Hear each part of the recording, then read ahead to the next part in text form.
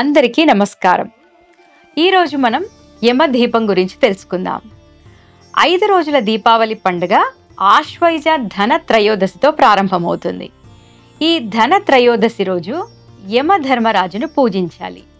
ఈ తిథిన సూర్యాస్తమయ సమయంలో ఇంటి ప్రధాన ద్వారానికి ఇరువైపులా మట్టి ప్రమిదల్లో నువ్వుల నూనె పోసి దీపాన్ని ఉంచాలి. వీటిని యమదీపాలుగా పేర్కొంటారు. యముడు దక్షిణ దిక్కుకి అధిపతి కాబట్టి ఇంటి ఆవరణలో దక్షిణం వైపున ధాన్యపు రాశి మీద ఈ దీపాలను వెలిగించాలి. ఈ యమదీపం వల్ల సమవర్తి అయిన యముడు శాంతి చెంది అకాల మృత్యును దరి చేరనీయడని ప్రతీతి. ధనత్రయోదశి రోజున సాయంత్రం 5:30 గంటల నుండి 7 గంటల మధ్యలో ఈ యమదీపాలు వెలిగించాలి.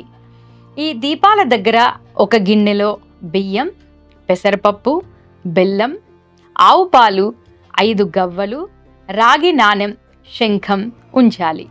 7 గంటల తర్వాత వాటిని తీసి బియ్యం పాలతో ప్రసాదం చేసుకుని కుటుంబ సభ్యులంతా తినాలి. అలానే శంఖం, రాగి నాణెం, గవ్వలు మీరు డబ్బును పెట్టుకునే స్థానంలో కానీ దేవుడి మందిరంలోనూ కానీ ఉంచండి. దీపాల దగ్గర పెట్టిన ఆ వస్తువుల్ని తీసివేసిన తర్వాత ఆ దీపం 12 వరకు కొండెక్కకుండా చూసుకుంటే మంచిది.